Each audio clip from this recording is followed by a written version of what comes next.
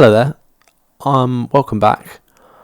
I'm going to go through our new plugin today, which is called SHAPER. So SHAPER is our first ever effects plugin. So what I'm going to do is I'm going to give you a brief overview of what it does, and then I'll do a deep dive on the controls. The best way to show you what SHAPER does is to just show you, but to give you a brief idea, SHAPER is a dynamic slicing tool. So it's a little bit like a classic sidechain plugin, but then it allows you to create separate shapes over different grid positions. So what happens in the end is you end up with quite intricate rhythmic patterns that you can apply to any audio. So for example, what we've got here, we've got a vocal sample. So if I pull that up,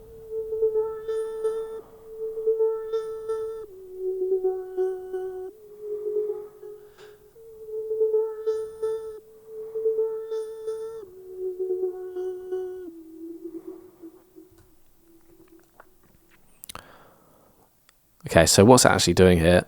It's taking this raw vocal and then it's running it through all of these little curves in a grid.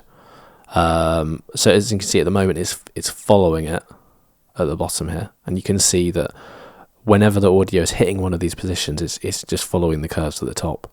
The thing about SHAPER is you can have a big position like this, or you can have kind of smaller grid positions. So I can combine sections like that and then turn them into one shape.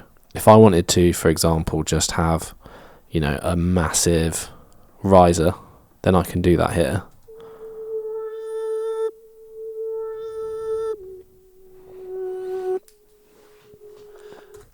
And then I can split it up into the individual parts again.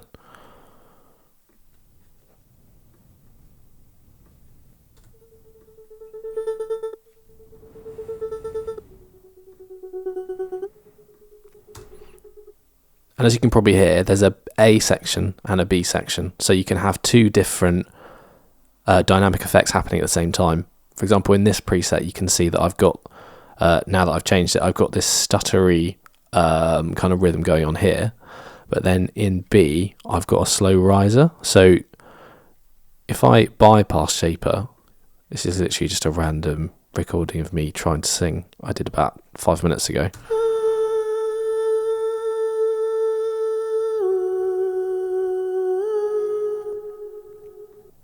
And then you add SHAPER. You can see it just rising up.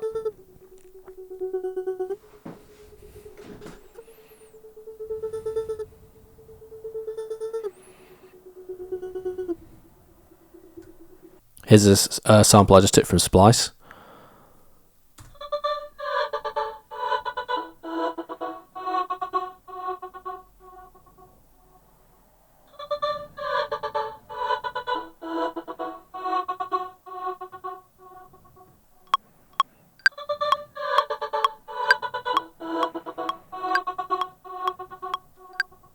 And so it's adding these kind of weird rhythms to everything, which I think is so useful. So you can see it's adding rhythm to anything you throw through it, and not just a kind of continuous rhythm. It's changing things to a specific pattern, and then if you want another layer, you can add another layer. I think that this is it's a really powerful device because it feels quite organic. Like you can literally feed it anything. Like I just got some white noise at the bottom here, and you can feed that into SHAPER and literally just make a hi-hat pattern.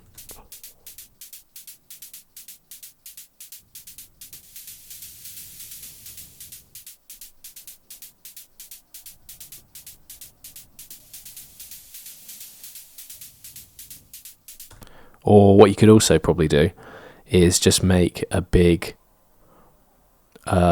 riser out of this. So this one probably looks like it does the job. You can see that it's just combining this kind of low to high like riser with this ticky kind of motion going on in the other layer. So SHAPER is modulating two things primarily. the volume level, but then it also does a low pass filter as well. So if you feed it something like a synth, for example, then you can just give it a really kind of basic layer. I think this is just a synth from Chronicle.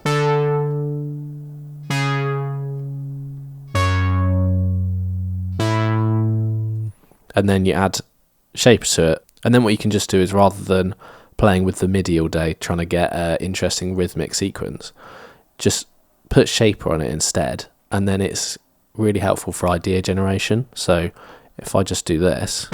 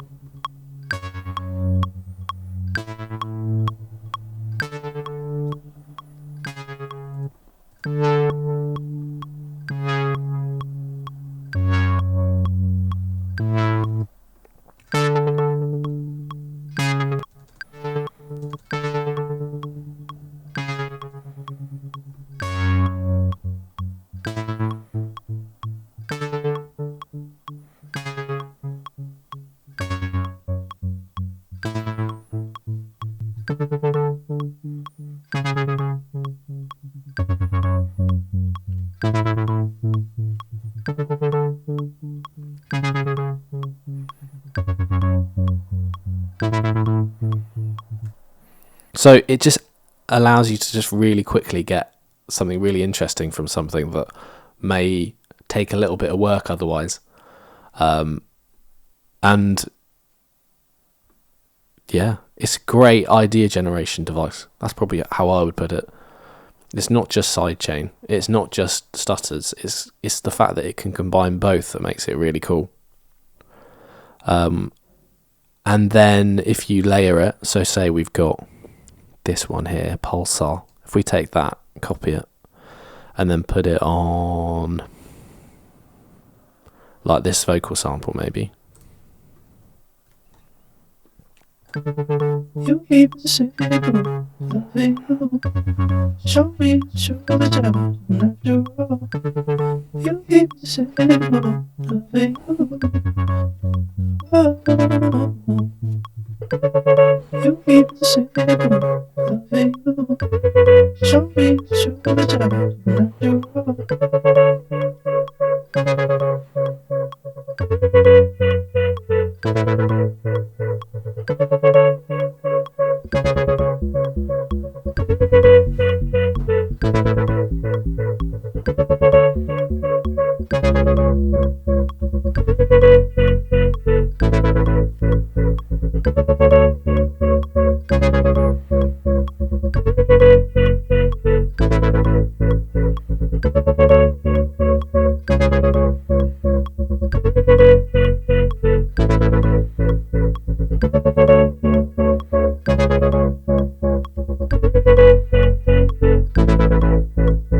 Let me show you the controls in Shaper, because I think there's a few things that I need to point out that are quite important to how it works and why it's an interesting plugin to use.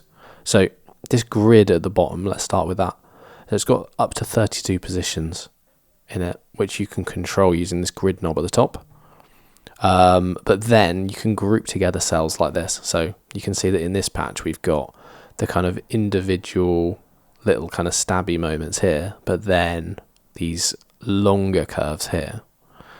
And then that means that you can get interesting sounding choppy or rhythmic patterns quite easily.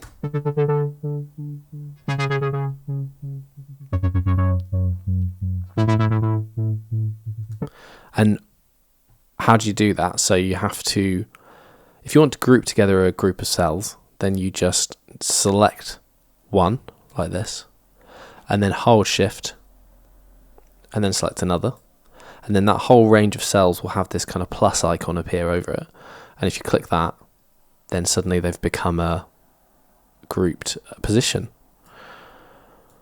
So if I put that back to a choppy sound, and then if you want to ungroup something, then you just right click it again like this. So say I want to create a bit of a, I don't know, say I want to create a riser at the end, then I can just do that.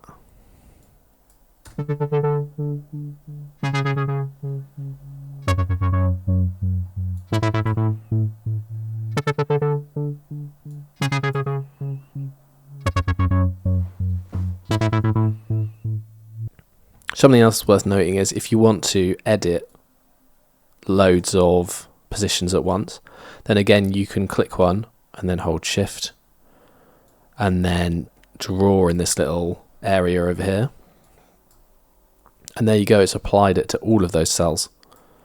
In addition to that, if you want to say that there's some cells you want to edit at the same time but they're not all in a row, then just click Command or Control, and then you can select kind of random positions, set their shape, and then they'll all set at the same time. As I mentioned before, we've got two layers here at the top, and something that's important to note is that you can disable or enable the layer by right clicking on the respective button. So at the moment B is not being used, but if I right click it, then that's now enabled. And I've just disabled it again. This is the kind of main grid where you control everything.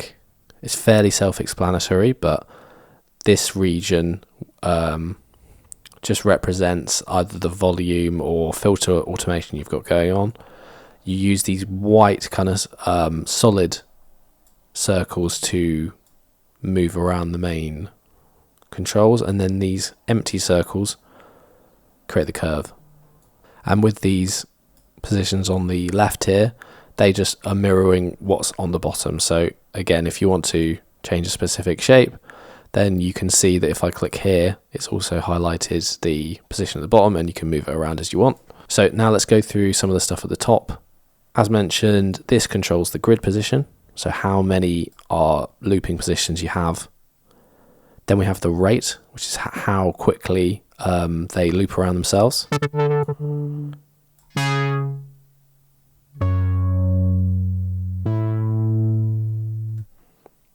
We've got the smooth, which essentially is trying to prevent clicks and pops when you need to, but if you want it, then you can keep it. So say I've got something and I really want a kind of ticky sound to it. For example, with the noise example I showed you before, it might be that you actually quite want them to be really to have a lot of transient on them. But then in other situations, you might want it to sound a lot smoother, so you can go from having a lot of transient. It's probably too much for this sound, so you just turn up the smooth a bit.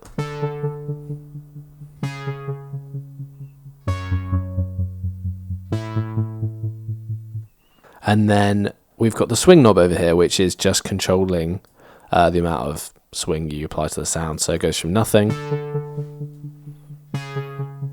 to having quite a lot, and then you can go completely overboard if you want to.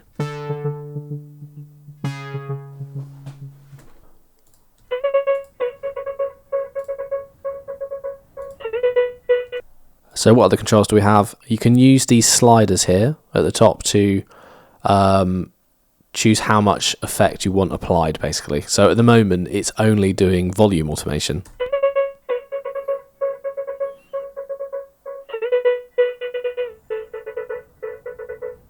But we could change that and instead do low pass filter automation instead.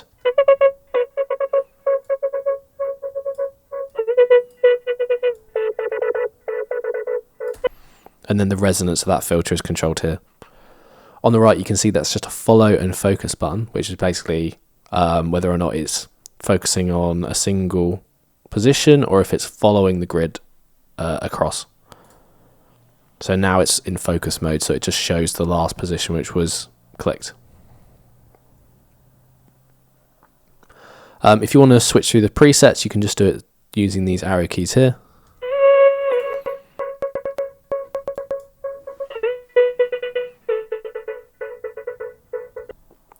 And then you can go through the whole list of presets over here. And there should be over 100 included.